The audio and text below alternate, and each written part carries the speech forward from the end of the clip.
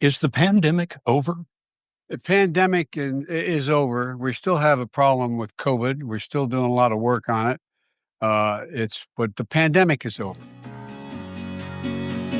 When you see the road from every direction, it will give you eyes, give you hope, it'll give you perspective. I've been back and forth, and yeah, I had my crashes. Now I've seen the road, it goes every direction. What do you got for the episode tonight? Shall we get into it? We have Queen Elizabeth II, one of her final keynote speeches, called "We Will Meet Again," delivered on April 5th, 2020. This is pretty monumental. The evergreen aspect of this for our speech comes just a couple weeks after her passing as a 70-year monarch. So we're going to talk about her speech. We will meet again right before or during COVID kicked off. So just as like a nice little benchmark as well, this came up in the Mike and Ross origin friendship episode. But remember, the speech guys originated in the dawn of COVID, the DOC. Right? When we drove across the Armageddon interstate, empty interstates to that was wild. persist in the spring rendezvous. So, and we emerge at the dusk or the end of the pandemic, as President Biden recently said. So, I think that is the framing. It was declared COVID is officially over by the U.S. Supreme Leader, the U.S. President. When did he say that? This week. Oh, yeah. I didn't. All right. And so we're bookending that with the beginning of it, the origins of how we got into publicly sharing the way that we talk on camping trips and whenever we meet up. So we've, you are no longer, if you say the word COVID ever again after this episode, you owe each other $10 to your favorite charity. And I think that's something we can get in. I'd like to compare that comment at some point with how your grandma would, or if she ever talked about the Great Depression. In contrast, interesting. So maybe bookend that. Think that. One other bit. We have earned one COVID blue ribbon, I like to say, from Spotify. What does that mean? I don't even know what a blue ribbon is. It's that little banner that they put across some podcast episodes of any podcast. Learn more about COVID-19. Just to be clear, that does not mean that misinformation was spread. All that means is that you mentioned COVID a certain number of times. I did verify this. It's the Jimmy V episode when we all had COVID. So I expect this to be our second and last blue ribbon episode.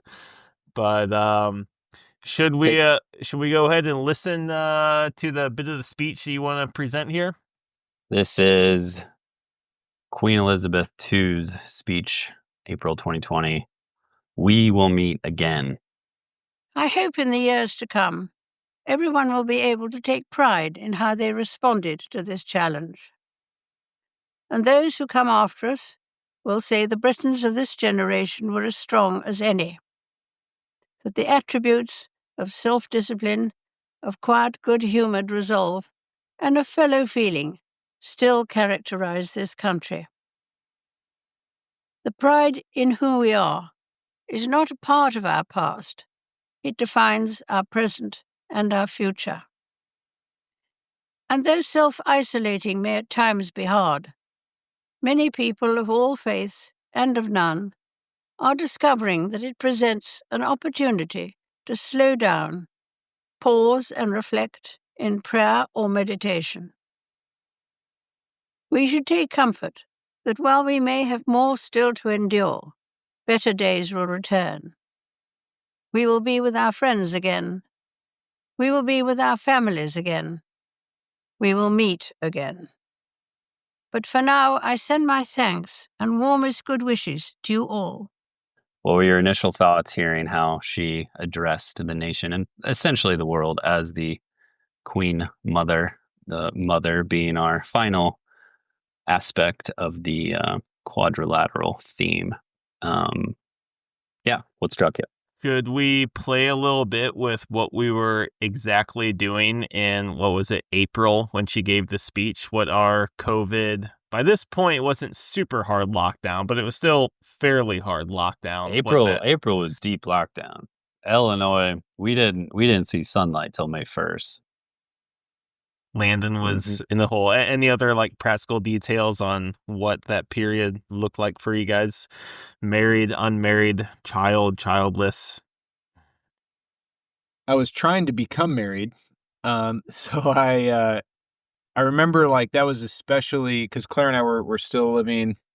She was in Peoria. I was in the suburbs. So initially we were like, crap, we might not be able to see each other for like a good while, just because we weren't really sure how things would shake down, and especially both being in healthcare, like what our responsibilities would be. I ended up doing nothing the first 2 weeks, which initially I had this like kind of romantic thoughts that I would be called into action in some way that's way beyond my capacity and have to step up and do these heroic things and work. Who for knows 16 how to do hours a at lung time. transplant? Quick, you're a therapist. You could do this. But And then you would say, "Oh, that's not going to do anything." basically. but yeah, like it was just kind of an interesting and kind of funny and humbling situation that I literally did nothing the first 2 weeks. And eventually I was working as a tech in a hospital, basically wiping butts and helping old people to bathrooms and things. But I do remember distinctly, stores were closed until, so it was the hardcore lockdown throughout April. But it was a less hardcore lockdown through May. And I remember I was looking to get a ring for Claire. COVID was that long ago, in the end of May. Yeah. But none of the jewelry stores were open. And then, so I finally find one. They let me in, even though they technically were just, doing whatever. They weren't technically open, but they let me come in and look at some rings and things. So you bought a blood diamond for Claire, essentially. But yeah, so I went there and I was going to shop around the following week when more stores were open. But then all the jewelry stores were shut down because of all the riots and looting that were going on for the George Floyd stuff. So jewelry stores had shut down. Like other stores were open, like other retail things with less expensive merchandise. But obviously a jewelry store getting robbed is a little more financially crippling than, like a record store getting robbed. So yeah, like all the jewelry stores are basically closed and moved their inventory elsewhere and said they couldn't shop for a ring. So I ended up just going with the first place because, well, one, it was a beautiful ring, but two, I didn't, it would have taken a while to look at anything else. So yeah, just kind of a funny early COVID life situation. I was teaching at Jabot. I remember there were like a few weeks of assignments, but the students did not have to do them and they were not graded. So I was the only one who did them, I think. No, there actually were a few students who did them. I remember I definitely look back with a little bit of romanticism about, man, those quiet times were just really sort of nice. Yeah, they were nice as a nice little one-off sort of thing. I remember like trying to like sort of climb the bluffs around Columbia, like a very low grade free soloing. and I realized you can't just like walk up to a rock and start climbing it. I wanted to like just move laterally, do like traversing. Yeah. It did not work out.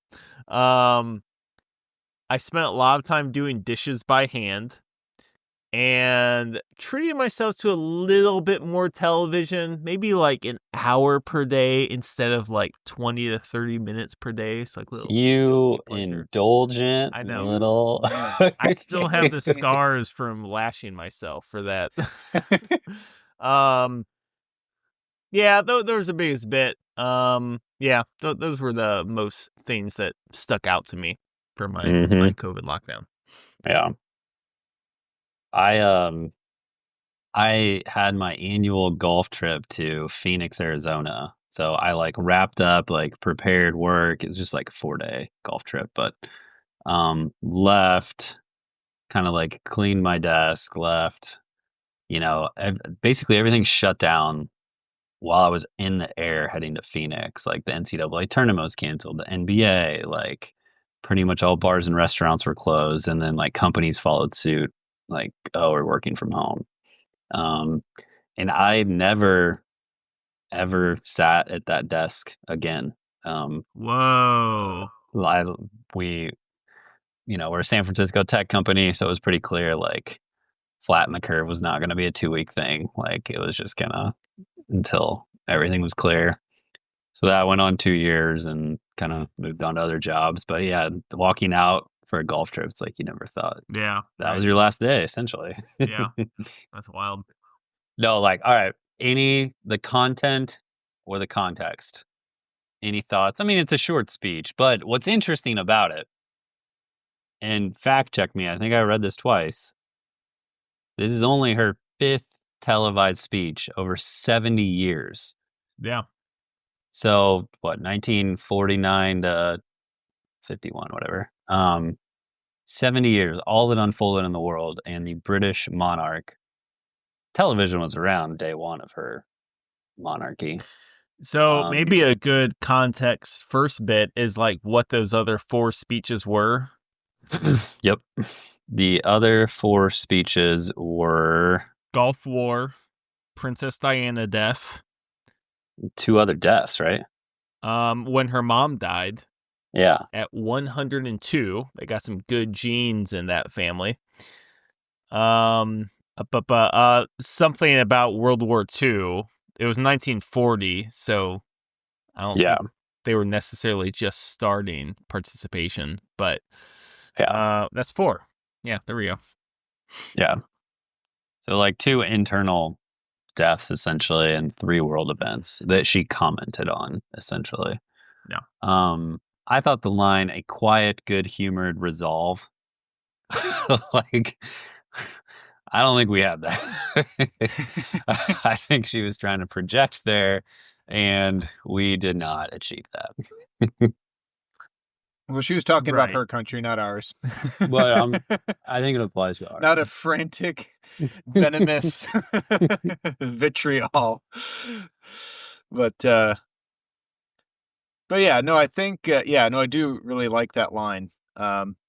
Especially you imagine like, well, I know Ross commented on this, but I think I had a similar kind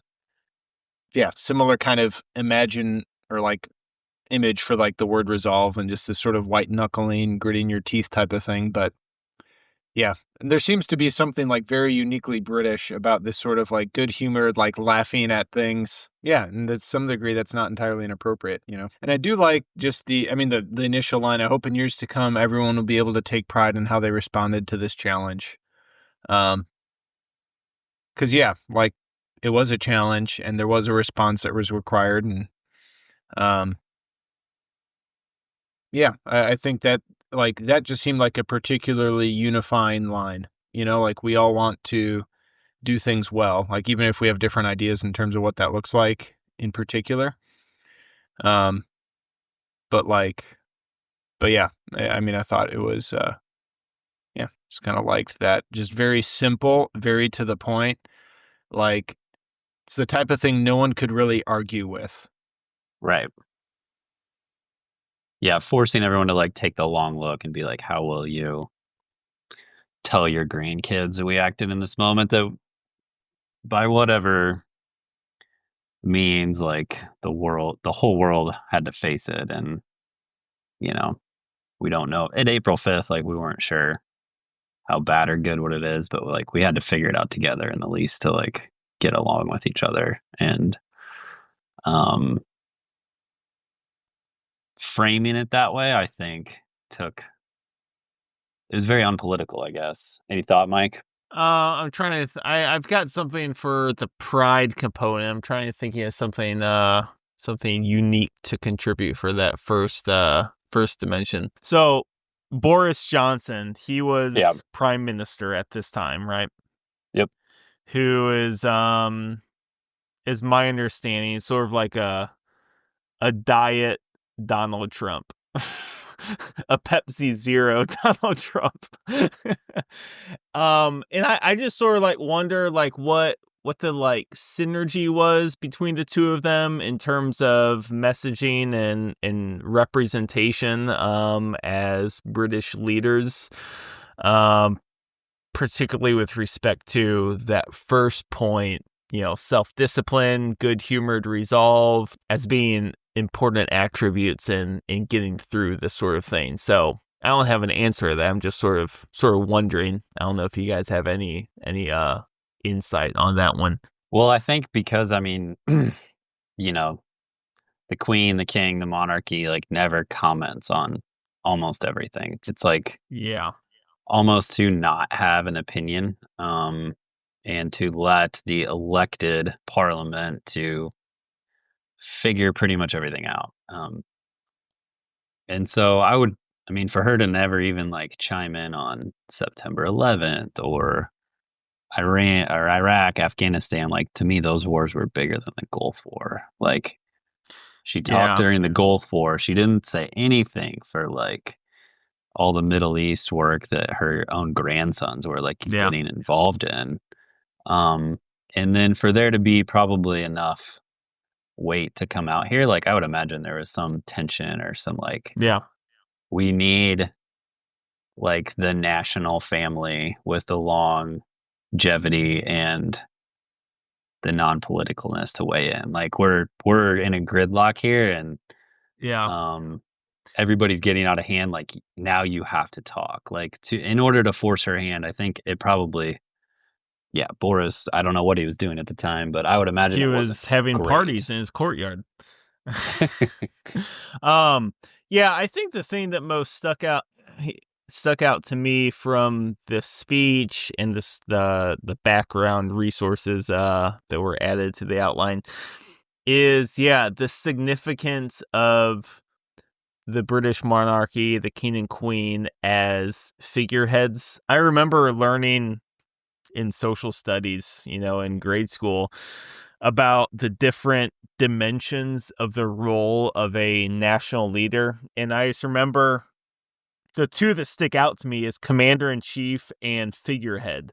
And there are like 10 other ones, but those are only two that I remember. And how what makes the United States unique is that the president is all of those in one, versus in at least Britain, the figurehead is the king and or queen, and although I thought I saw they were the commander-in-chief too, or something like that. I believe they do weigh in on where to use military force. I know for a fact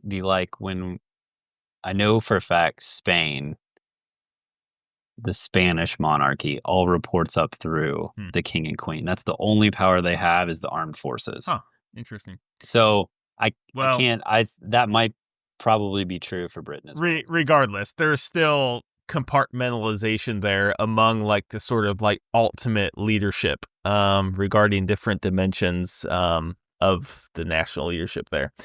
But to sort of go along with what you guys were saying, it's like it's impossible in a sense for the monarch to be political because there's no voting for them. They're just there, And so there's this really like elegant sort of, I suppose that they could be political because they of course have their own political interests in one side or the other.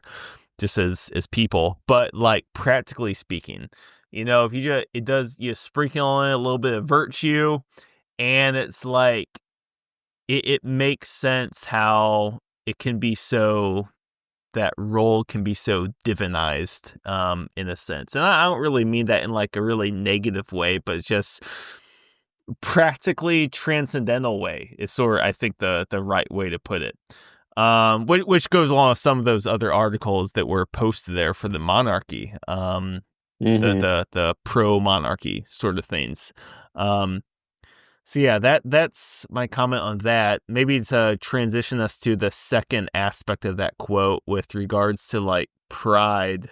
I guess there's two major like I guess maybe three major groups, which I was a part of throughout COVID, where I reflect. There's like varying degrees of like pride, in how I interface with COVID. And I would say the three groups are friends, family, and my church. Some people might like throw work in there, but since on a farm, we're like always outside. Like, I don't really put too much weight in that one. Yeah, friends is a little bit more nuanced.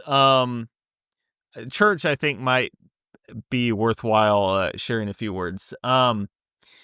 Yeah, so at Immaculate Conception in Columbia, like our COVID protocols under the direction of the diocese was for a year and some months, like I was a minister of hospitality / usher. Yeah. So we all took turns like taking down names, whoever was at mass, writing down their phone number, spritzing hands, making sure they had a mask, or having free masks available when people came in. What I sort of like feel, or to comment on that experience, of that sense of pride, is like, man, I mean, we all cooperated for the most part. And even like with the actual act of like name taking and spritzing, it like gave you an opportunity to do one-on-one interactions with every single person who came through the door. Yeah, so I mean, that aspect I'll like sort of miss, because we just stopped spritzing hands recently. Yeah, that would be my biggest comment on the pride factor regarding the church. Yeah, very much a sense of like coming together, sort of experience. There were a few, I'll say, infamous people who not only refused to wear a mask when it was free and provided for, and every other single person was wearing one, they were anti-spritzers too. They refused sanitizer. And it did, rationally or irrationally, it did create like a certain like distance between them. Like you just don't want to participate in this thing that we're all like. Obviously no one's being forced to do it. Like, we didn't like tie them down to spritz their hands, but it's like, we're asking you to participate in this thing and you're choosing not to do it, and it just creates a certain distance there. Right. So there were clear and obvious tensions all around. Do you think we'll have a short memory or a long memory on, like, specifically, like, who those people were? Oh yeah. Right? Okay. So, like, do you already forget about that, or are you like, I know? Yeah, that's a good question. I think it's a very complicated answer. And have you forgiven them, Mike? At one level, I say yes, a short memory. But I want to do like sort of a parallel analysis to like the Spanish flu. But I think that I would sort of want to set that off to the side, because I think it might be too big of a rabbit hole for now. So let's just leave it there. I'll leave it. My answer is yes and no for short memory. Okay, another question. It seemed like middle of COVID, like, oh my gosh, how are we ever going to shake hands again? And I don't know, now that we're mostly out of it, like, it seems like handshaking's like probably around. I don't know. I do it just as much as I did before. Yeah. No one seems like offended by it. But there in the heart of it is like, Mm-hmm. Why would Yeah. you touch someone? Mhm. And in that respect, like, I don't know. I don't know if we'll be carrying this with us for much longer. I think we'll hopefully remember like the fun parts or like the good old days when we all like got, I don't know, like I'm sure there was like neighborly tension during the Great Depression. It was like, you Yeah. didn't Sure. give me bread. Like I didn't need it. But like all you ever hear about is like, we all survived and we're so much tougher than you because we did. Right. Sure. Yeah. Sure. That's an interesting thought. And at first I wasn't sure what you're getting at with the short memory, long memory thing, but I would hope that like there's enough complexity to the situation that there's some level of understanding that it's like I screwed up or you screwed up or none of us knew what we were talking about. Yeah. That like there'd be a sense of humility there and but that isn't I think that is an interesting topic about like or comparison just with the Great Depression. Like we got through it. And I mean, it might take generations. Like it's all yeah. the only people I've ever talked about are like super old. 70s, 80s, 90s, I guess. And yeah, I mean, I would imagine there's like all kinds of stories of like bankers taking your homes and people lost jobs. And like that was, everybody knew everybody. It was, most people lived in smaller towns than they do now. So there was probably a lot of pent up animosity that either went away at like World War II or just over the decades, but it didn't seem to have lasted. Yeah, so this might be a good point just to go slightly further along the rabbit hole I was mentioning.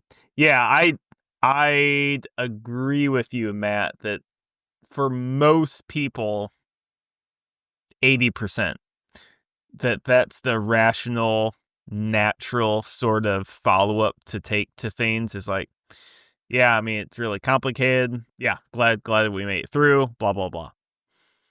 And then we'd forget, Right, because remember from one of our episodes long ago from what's her face, the letter, Luciano is her name or something. Right, like there was the exact same masking issue during the Spanish flu. Right, but like we were not hearing stories passed down generation to generation about. Let me tell you guys, if the government tells you to mask, don't do it. Right, like it just disappeared, and obviously that was a lot more serious of a situation. Yeah, so that's where I would like agree in the sense of like, yeah, it'll be a short memory.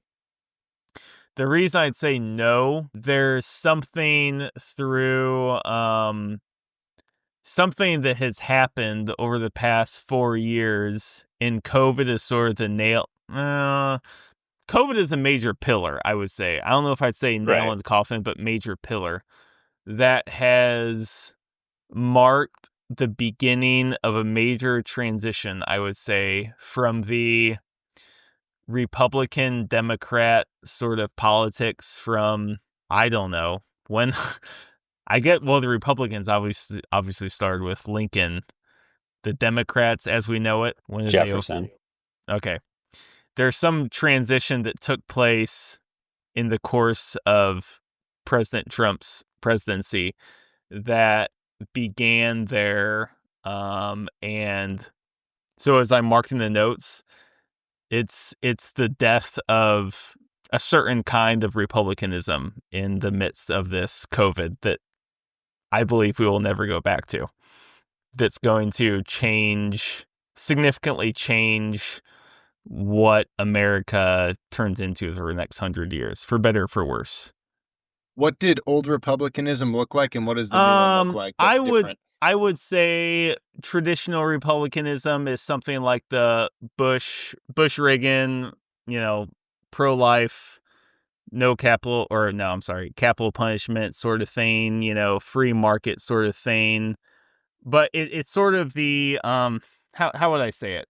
Because obviously like it I guess what's the because it seems like those are all like how's the new one different? Yeah, no, it's a the symbol of being a Republican was more important than that individual's character. I think it's just the most tight, concise way to articulate it, which I think alienated a large faction of center-right people that we've lost to the left. Again, I don't want to go too far in this direction right now, but that's just to explain.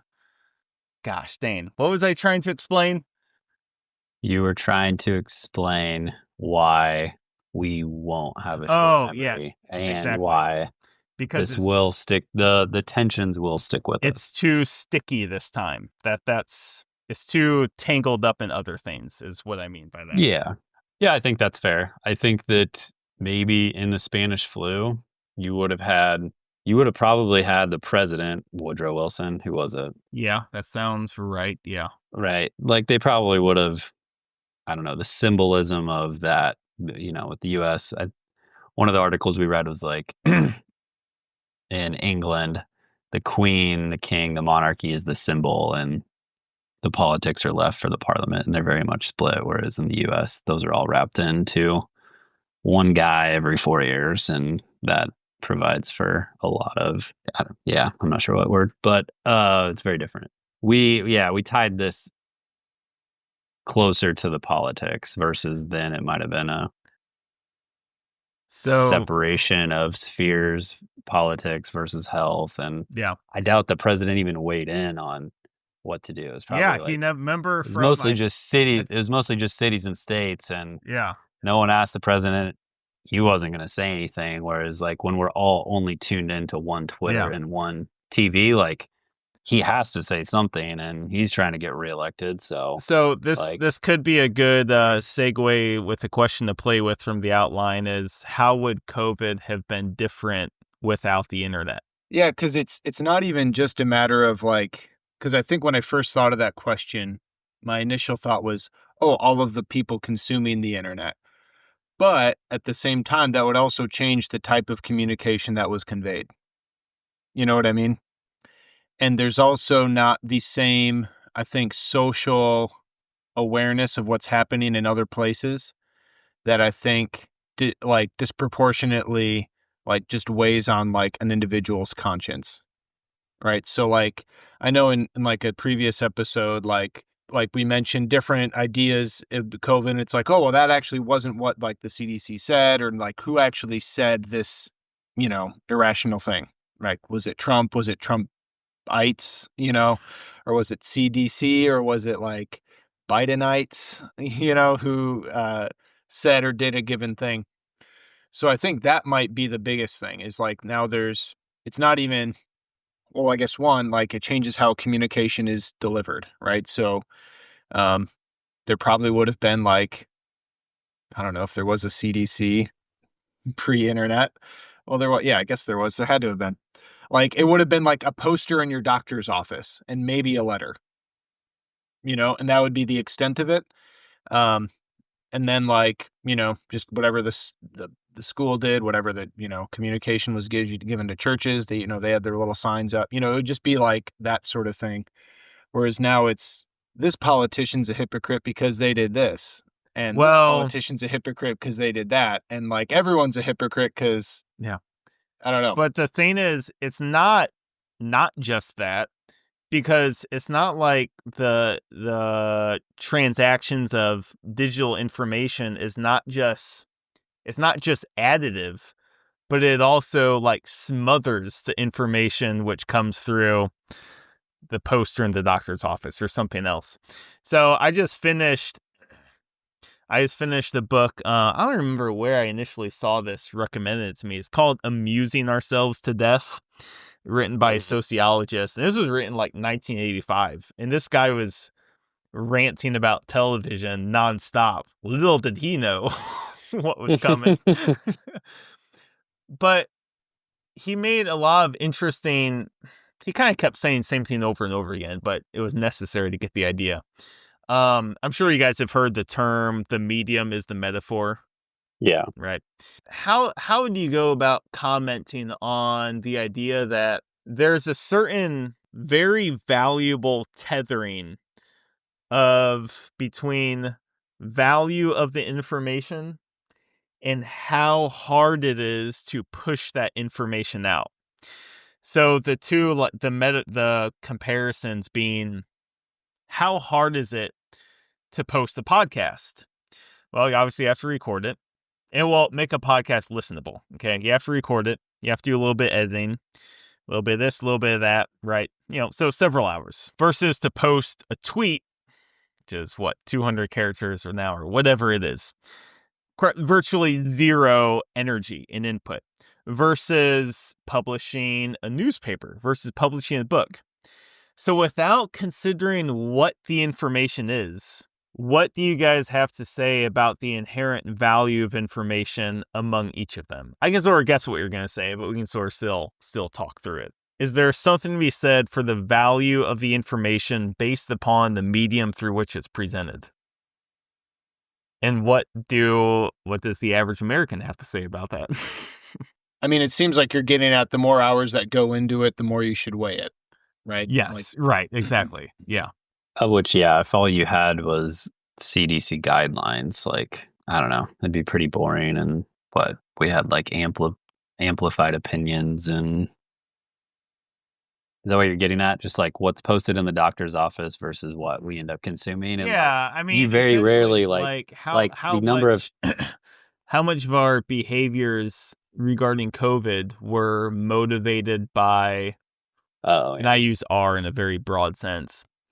How much of our behaviors were motivated by things that were not only easy to generate with regards to information, but easy to access too, right? Because that's another like half of the whole coin, not just how hard it is to generate, but also how hard it is to access. They're in interesting sort of like thought experiment isn't exactly the right word, but something like that. There's a guy I worked with at Jabot, and you know how you get those things or on your phone, right, that are personalized, obviously, where it's like Colombia, one of the top 5 fattest cities in the United States, right? Like just something, or you won't believe this about Colombia, or something like, right, personalized like that. And this guy showed this to me and was like, oh my gosh, you won't believe like this thing about Colombia. And he meant it is like a real thing. And it was real enough that I like didn't play off of it because I felt so bad, like saying, no, that's nonsense. What do you think the likelihood that Colombia is really one of the top whatever in this sort of thing? And it's just, yeah, I don't know. I'm just sort of like running with various like getting into the average mindsets of the average people regarding COVID. And it's like, but the rise and fall of Mars Hill. So I've listened to that series now twice. Me too. We're on the same boat there. It's just like okay. So this is all right. Tie it. I dare you to tie Mars Hill to this. Here's why I like the rise and fall of Mars Hill. Is because it's a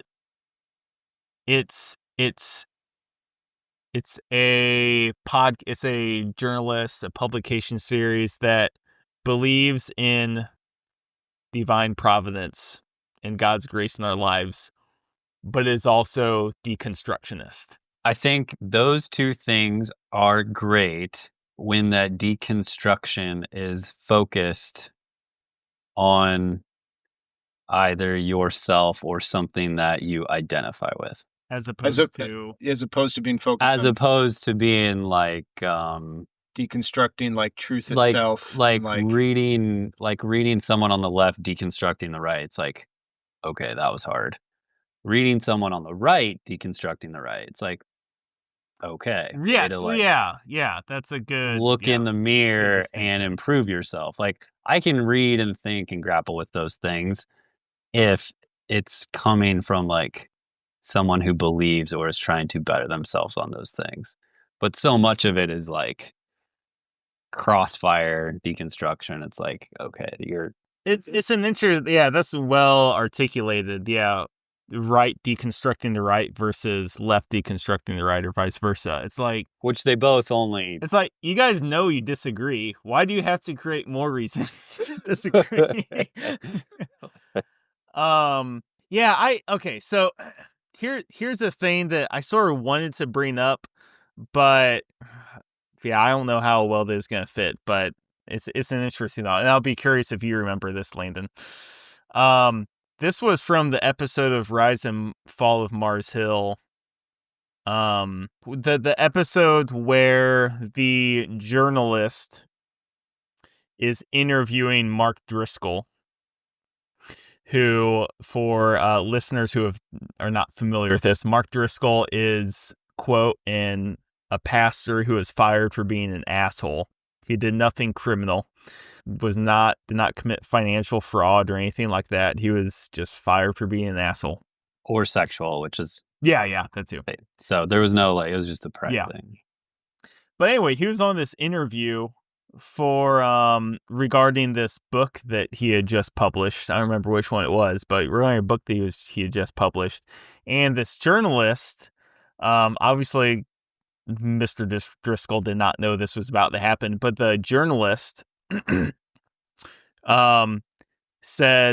accused him of plagiarism regarding this book, which threw Mark off, and he tried to like get around it or talk himself out of it, but he couldn't. And do you remember this, Landon? Yes, it's the episode called The Tempest. And what ended up happening was the journalist, mind you, she's a Christian herself, right? There's a Christian podcast or whatever the thing it was she was producing. She was the one who was criticized and shot down for tearing down Mark. And they do explicitly, I believe, make the connection in this episode between, getting on my anti-Trump soapbox again, but between President Trump and Mark Driscoll. And I don't think they used these words, but it was, how I see it is, the symbol became more important than the sin. And I think that's the transition that I was trying to describe earlier that took place in conservatism in the mid 2010s, right? Because it was more important. And actually, I was just listening to a bonus episode, The Rise and Fall of Mars Hill. The author that Mark Driscoll plagiarized against, how was it? Like, he actually asked Mark Driscoll for like a $50 Starbucks card to like call it even. And Mark Driscoll didn't even send that. And so like they wanted him to sue, but he didn't want to because it wasn't worth his time or something like that. Yeah. Anyway, but I think that really well characterizes that idea. The symbol became more important than the sin. But again, yeah, I don't know. Yeah, it's that space of the space for deconstructing within Christianity or the right. I had another thought, but I don't want to hog the floor, so you guys can run with something if you like. I think maybe to add, I think there's a lot of characterization that has happened during COVID regarding the right and those critical of the CDC in varying capacities, that I think does get just kind of thrown out there as like, oh, well, of course they're idiots and they're just, reading clickbait and they're completely incompetent and they're morons, because I think while like there certainly are people like that, like I know them, I've had conversations with them, the Bill Gates microchip, whatever people, right? Like, they exist for sure. But at the same time, like, I think there's a decent, and I would say like most of the people who are like more critical are more or less the folks who are like, yeah, the CDC has good things to say and will follow like pretty much everything. But like, I just want to see my grandma when she's on her deathbed, and like, that's more important than COVID right now, or the people who are like, well, like at this point, like there are some people who have contravailing opinions on vaccines. I just want to hear what they have to say, as opposed to like YouTube, like shutting them down wholesale, even though they may have credentials. Like I know JB Pritzker threatened the medical license of a U of I doctor who like criticized a mask mandate. And just like people consuming like public, like your more liberal media outlets, like were vastly overestimating like COVID hospitalization. And like they were actually more misinformed than people were like looking at Republican news sources, or more conservative news sources. So like, I think there is and to use your journalist example, I think there are a lot of people who are on the right who also feel like the journalists who are like saying, hey, like, look at this stuff. Like, some of this stuff doesn't match. Like, why is the CDC doing this? Like, why, I feel like there's some things that are kind of either, governors overstepping their bounds or like going beyond what the CDC says, or like these things are being implemented and these things aren't. Like, what's the deal? The people who are the journalists kind of calling out sins among the more COVID conscious. I feel like they were all like, I just know that a lot of them feel the same way. Like they were kind of castigated as like the crazy conspiracy theorists. Like Joe Rogan having on, like, I know Joe Rogan's not a medical expert, but like he's a pretty good interviewer. Just interviewing like the person who invented the mRNA vaccine, and like YouTube threatened to shut him down for it because the guy who invented the mRNA vaccine had like some just nuanced ideas and like questioned like different facets of like how COVID was being handled. Same thing with like one of the leading cardiologists. Like he had both of those guys on and like people railed him for it. And he also had Sanjay Gupta on, who was like the main CNN like doctor expert. So yeah, I don't know. I feel like there's a lot of that going both ways with COVID that, like, to your point, I think will make it a little bit stickier, because I think but like, I don't know. I mean, I think it is good to remind ourselves of like situations like the Spanish flu, because like, I thought there was a really cool example that was brought up. People were protesting similar things, but like nothing came of it. Like the government hasn't, become a tyranny. And so like, yeah, I think there's a lot of, I mean, who knows? I suppose time will tell is a short answer. Would a permanent American monarchical family solve any of this for us? If we just like put the Bushes or the Kennedys or the Clintons in some sort of permanent, or is that what we fought the revolution? Well, as we read in one of those articles you posted, the monarchy can't be manufactured. It has to organically emerge from the spiritual ethers of humanity. I remember when I lived with a guy named Javier in my first year of graduate school. He was an exchange graduate student from Spain, obviously a monarchical country. And what he said, one of the things that he loved about America was that we have a clear beginning, right? 1776, boom, Mel Gibson got them British and led George Washington to battle. Both Scotland and America share that in common. It began with Mel Gibson. Yeah, but I mean but I guess the point is with his comment is that it just clearly obviously more elucidates like the positives of the American story, the clear beginning. But at the same time, it also clearly elucidates the other side of it is like, where does Spain begin? I don't know. 100,000 years ago, you just had a bunch of tribes walking around, and at some point, some really big hulking dude killed this huge lion who had traveled up from Africa, and they made him king, and bam, there's your monarchy.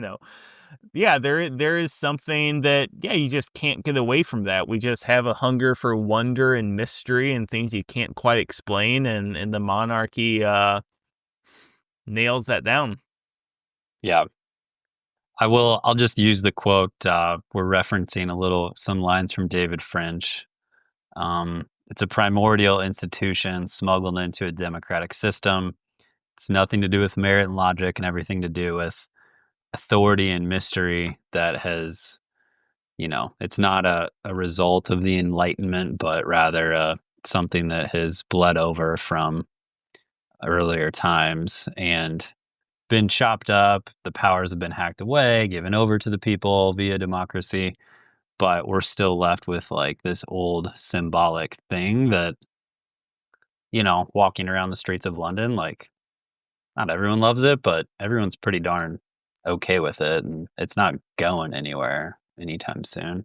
Yeah, it's one of those articles you posted, 20% disapproval rate of the monarchy consistently ever since it was invented. What we've got a C.S. Lewis quote here that I think if we have a quote to read from him, we should. Just so that we don't get posted for misinformation. I think the article is like the past 100 years, it's been 20% disapproval rating for the monarchy. Okay. So. Okay. Interesting to hear CS weigh in on it. Where men are forbidden to honor a king, they honor millionaires, athletes, or film stars instead, even famous prostitutes or gangsters. For spiritual nature, like bodily nature, will be served. Deny it food, and it will gobble poison. So, his point being, perhaps the primordial nature of kings and queens is like just so innate to the worldly human experience that perhaps better to have like somehow have a virtuous family and hold them to super high standards rather than allow for like basically what we see in America. Sure. And I think the organic nature of it is really what gives it the appeal. Like we could never institute anything like that wouldn't be like roundly ridiculed. Yeah. And like, I don't know if anyone could decide on a person to like be that, right. It's just wild. Like millionaires, it's like, all right, Hugh Elon Jackman, and Jeff Bezos. Who would argue with that? He's Australian. Like he's athletes, not American.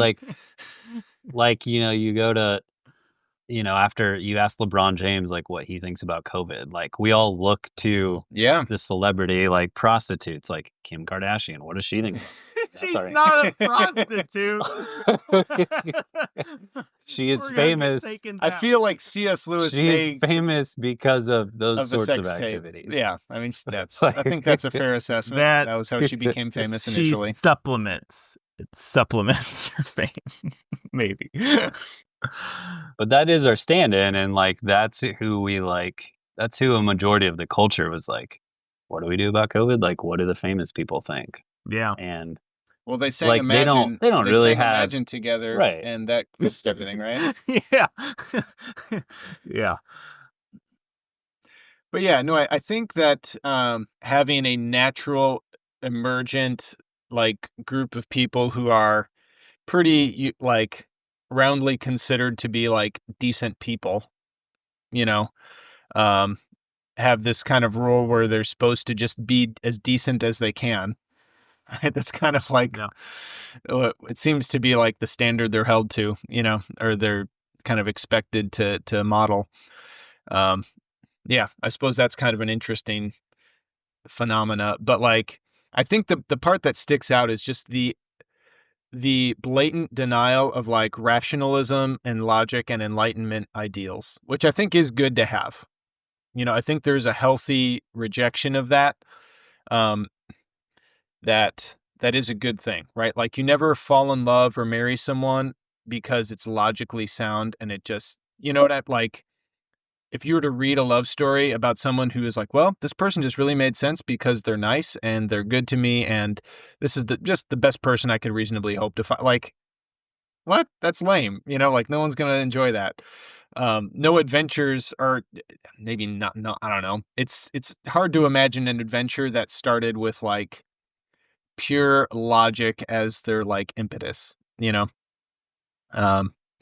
and like for more of like a Catholic analogy, like there's no devotion to the sacred brain of Jesus, right? Like there is a devotion to the sacred heart of Jesus. Like, so there's this kind of desire to, get to the heart or the emotion and the something that isn't purely logical of something. And, we have this natural recognition that the desires of the heart, the transcendentals, as the ancient Greeks called it, obviously, are somehow naturally tethered in some sort of ultimate way to the wanderings of the universe in a way that our brain is not. Yeah, an interesting sort of like parallel example, like in the United States. Well, I don't know. It's sort of an example. Just in terms of like in anti-rationalism sort of example, if you will. Whenever I go to Colorado, or one goes to Colorado, you have like those mountain towns, and they're just like perfectly manicured. All of the like commercial signs are like 4 feet tall, perfect landscaping, all of this stuff.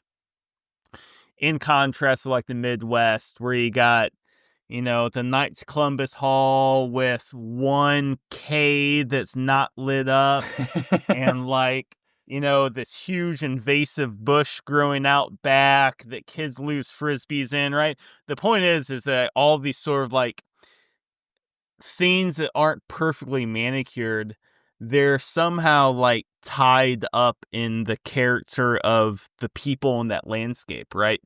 Versus in the Rocky Mountains, where everything was built after 1945, it's all designed. It's the thoughts and designs of like 5 people, rather than the very messy emergence of this thing that you can't quite explain, of the thousands or hundreds of people who started that small town or that county and all that stuff. I think that's very Wendellberry of you. Thank you. And maybe even to connect some of the COVID stuff too, because I think there is a strain of the anti-rationalism in the people who are just critical of COVID policies. In that like there's this very like wily scenario of life that can't be like just perfectly handled. Oh, well, the CDC said this, so that's clearly, like I feel like there's an element of that. Like most people wouldn't articulate it like as eloquently that way. And like there's this sort of irrational but like meaningful thing, that they're trying to implement. I think most of the people who are, especially like the jerks you mentioned at the church, who are just like blatantly poo-poos about it. Like they're jerks for sure. But yeah, I feel like there's a decent amount of that, this sort of irrational, but like, well, gosh, there's something meaningful here. And I don't know. I'm just skeptical of it, Yeah, I agree. Like, just, from a fundamental principle perspective, something to the extent of like, you obviously do have to live your life. And I think there's elements of that in the people who are like really cautious too. Like I've seen a lot of like, I don't know, we have most of our patients are poor. So I've just, there's a lot of like people from very different backgrounds that I interacted with, like, and like COVID has come up with a lot of them. And it's just been interesting to see like the people who are like super, super scared of it and just coming up with these like very bizarre things that they think will help them like either prevent it or avoid it and be really cautious about it. There's something irrational, but like meaningful to them. That's like, I think just as valid as like the people who are critical of it, So like, I don't mean that as like I think that dynamic cuts a variety of ways too. Yeah. In relation to COVID, but I guess a lot of things. I would not say just as valid, though. I would agree that they echo each other in a certain way. I would argue that there's something, in a sense, easier about both extreme ways, right? I think sort of going back to running is like an example. It's like, in a certain way, it's really easy to train when you're just going like balls to the wall. Because like, what do? You just go balls to the wall. Or it's really easy when you're just not doing anything and you're just resting. it's finding that sort of like middle ground that can be so complicated. But there is something that's like very real about wearing a mask that that can like make you feel good, right? That if you like stop there or not wearing a mask, it can make you feel good. It's like, yeah, if you're wearing a mask while you're walking down the street, you probably should feel like a doofus, right? Like I'm from our perspectives, at least. It's like, but it is in the right, quote unquote, right person, you can also see how you would feel like really good. I'm wearing a mask down the street. I am being like I'm doing everything that I I'm being can. super Yeah. duper safe. And I don't know. I don't know where to go with that, except maybe something like, man, I mean, it's just Jordan Peterson and his ideology thing. But it's like, how do you break people from ideology? Yeah. Well, I mean, I think because I think the monarchy is one, I think it's a little more interesting because I think it is this kind of very mystical human thing. But like maybe that's just like because just as we need to take pride, as Queen Elizabeth said, in how we handled COVID, I think we should also take pride in how we handle post-COVID. You know what I mean? In terms of like, all right, because like this could be a sticky, long memory thing, or we could like really cultivate like that grace that we've just kind of discussed that we like probably should give each other because like who the hell knows what the perfect thing to do was. Various countries did various things and had various results, and like, you can slice the data a million ways.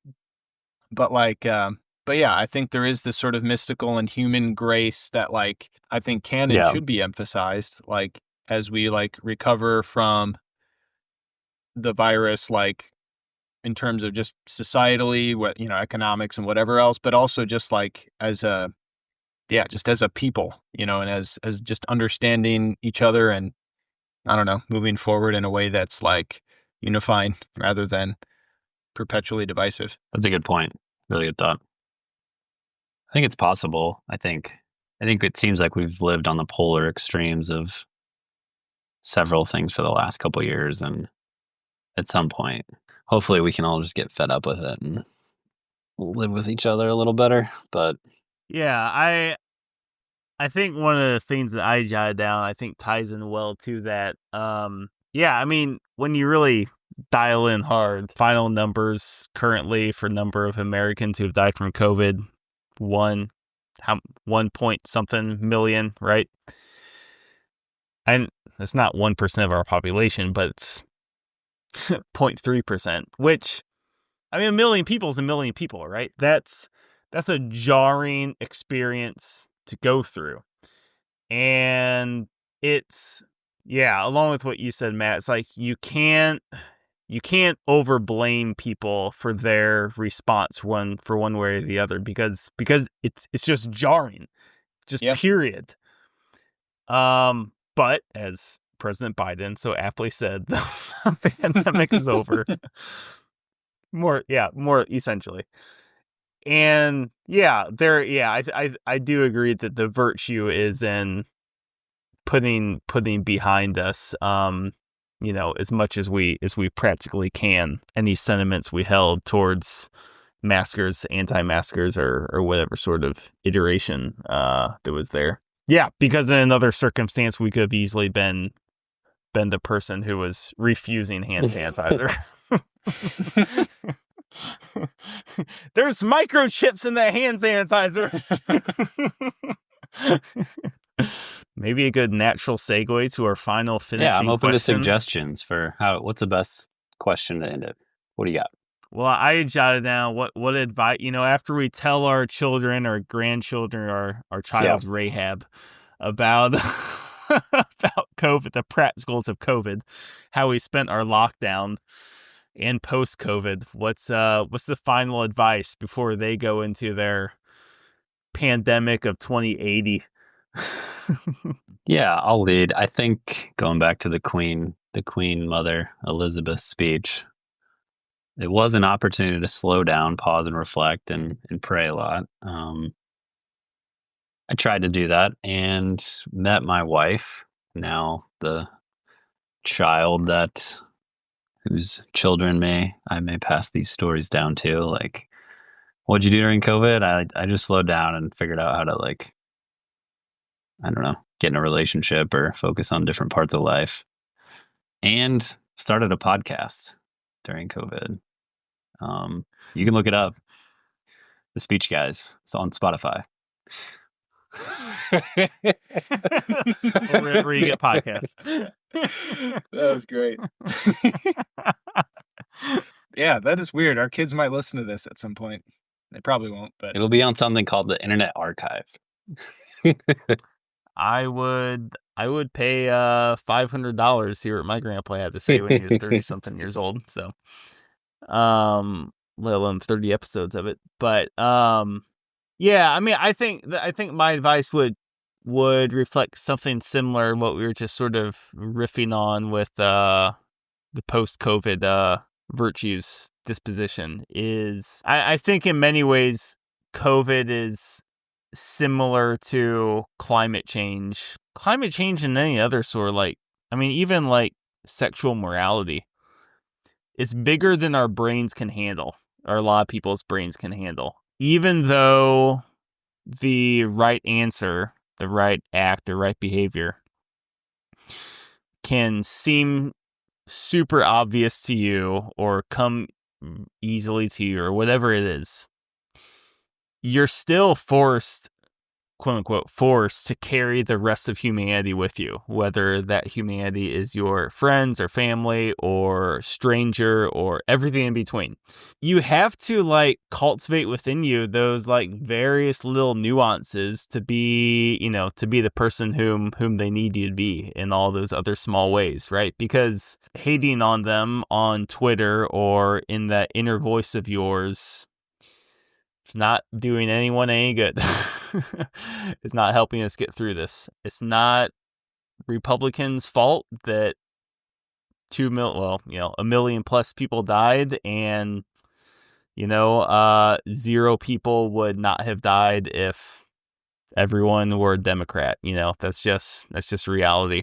It's somewhere in between that we all fell. People did the best that they could, and yeah.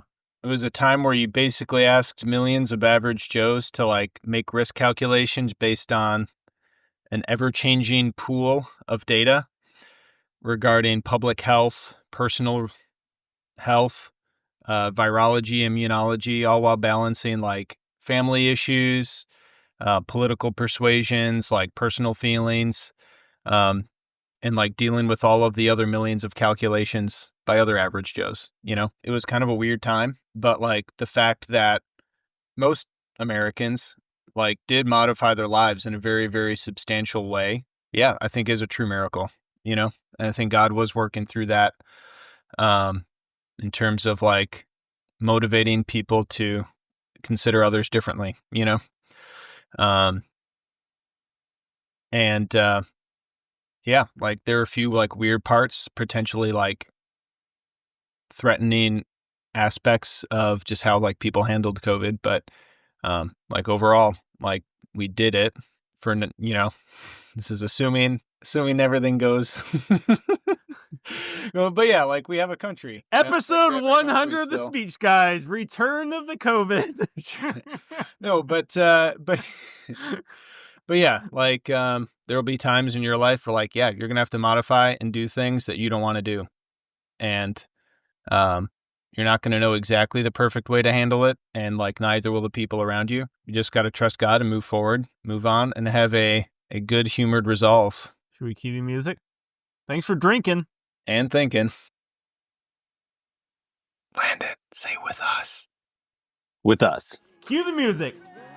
Lead us to a better place. Road will lead us to a better place. Hey, yeah. To a better place.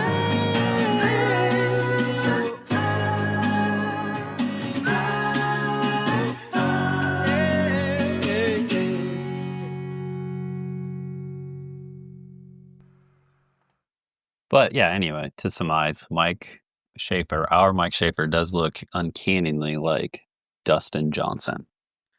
Add him to my list of well-known doppelgangers. Who are your other ones? Oh, well, I mean, I wasn't going to bring it up since you mentioned it.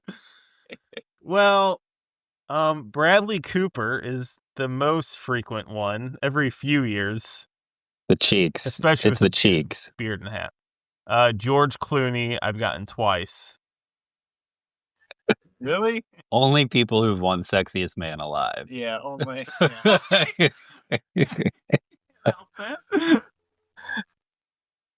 What about you guys? Have you guys? I know we've talked about this before, but doppelgangers you've been referenced as? I've gotten Peyton Manning once or see twice. that. I can see that. I can see that. I've gotten former basketball. I don't know if he's still a basketball coach. Scott Brooks. He's not super famous, but I've been told I look like him. And someone said I looked with glasses and bald hair. I looked like Tom Arnold. So that was only with glasses and a shaved head. So Landon, I know I've said this before, but the guy who's sort of like a douchebag in Napoleon Dynamite, you remember that one? I don't. Can you guys picture that guy? I can't. definitely not. It's purely physically. You're not a douchebag. I'm fine. I'm not offended. I'm not offended. Only physicality. Mm-hmm. My newborn son, born September 7th, is Landon Everett Free. I have to assume that Everett comes from the famous Edmund Everett, who spoke for 2 hours before Lincoln at the Gettysburg Address. Okay, that's a great notation because I had come across that once we had decided that he was going to be named Everett, but I did not fully start doing research in that. Where was that gentleman from? Wasn't he? He had a cool was time. he a preacher? I think we talked about him in the Gettysburg Address episode. I don't think he was a preacher. He might have been, but I felt like he was. Yeah, I don't remember. A little bit more the senator from Central Illinois, Pekin, Everett Dirksen. Dirksen. I know. I recognize the Dirksen Parkway. Yep, named after him. Does that go through Springfield? Yeah. Technically, no. Dirksen. Well, yeah, there is a Dirksen Parkway in Springfield. Yep. There's a few things. He was senator from Illinois for 20 years, 1950 to 1970. And was basically like head Republican. He was always in the minority, but he's the minority leader, so to speak, who swayed a lot of the key like civil rights votes. And do you think anyone else has named their child after him? I wouldn't say we named him after him, but that's the only other Everett we like knew of. Oh, not a direct naming, but hey, we like this name.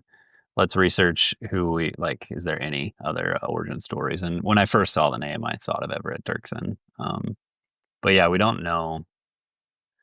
When we were in Germany, we did our little family. We did like a family research. We found a document that took some of our ancestors back a couple hundred years, and the first name in there for Free was Everett Free. So kind of a phonetical tie on. When we saw that, we were like, that's so cool. He's basically kind of the same name as the first written ancestor. Yeah. So. Whoa. Yeah. That's wild. Yeah.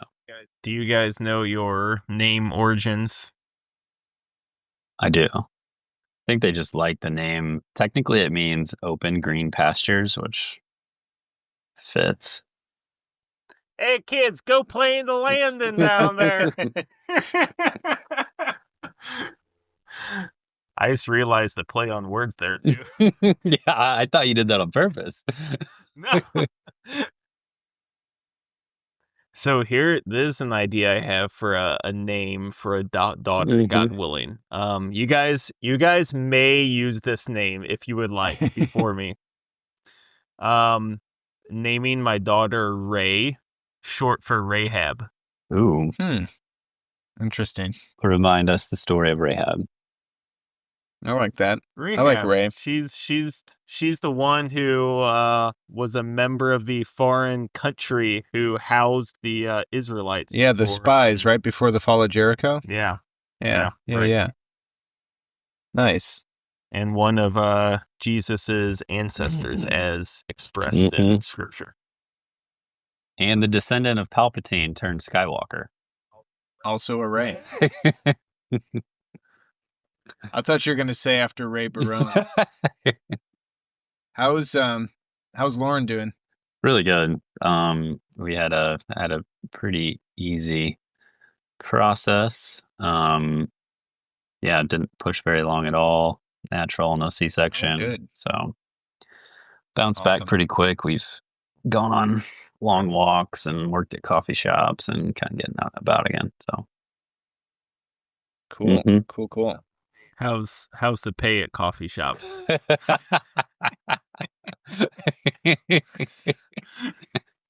was really good. Are you That on was strike good. yet?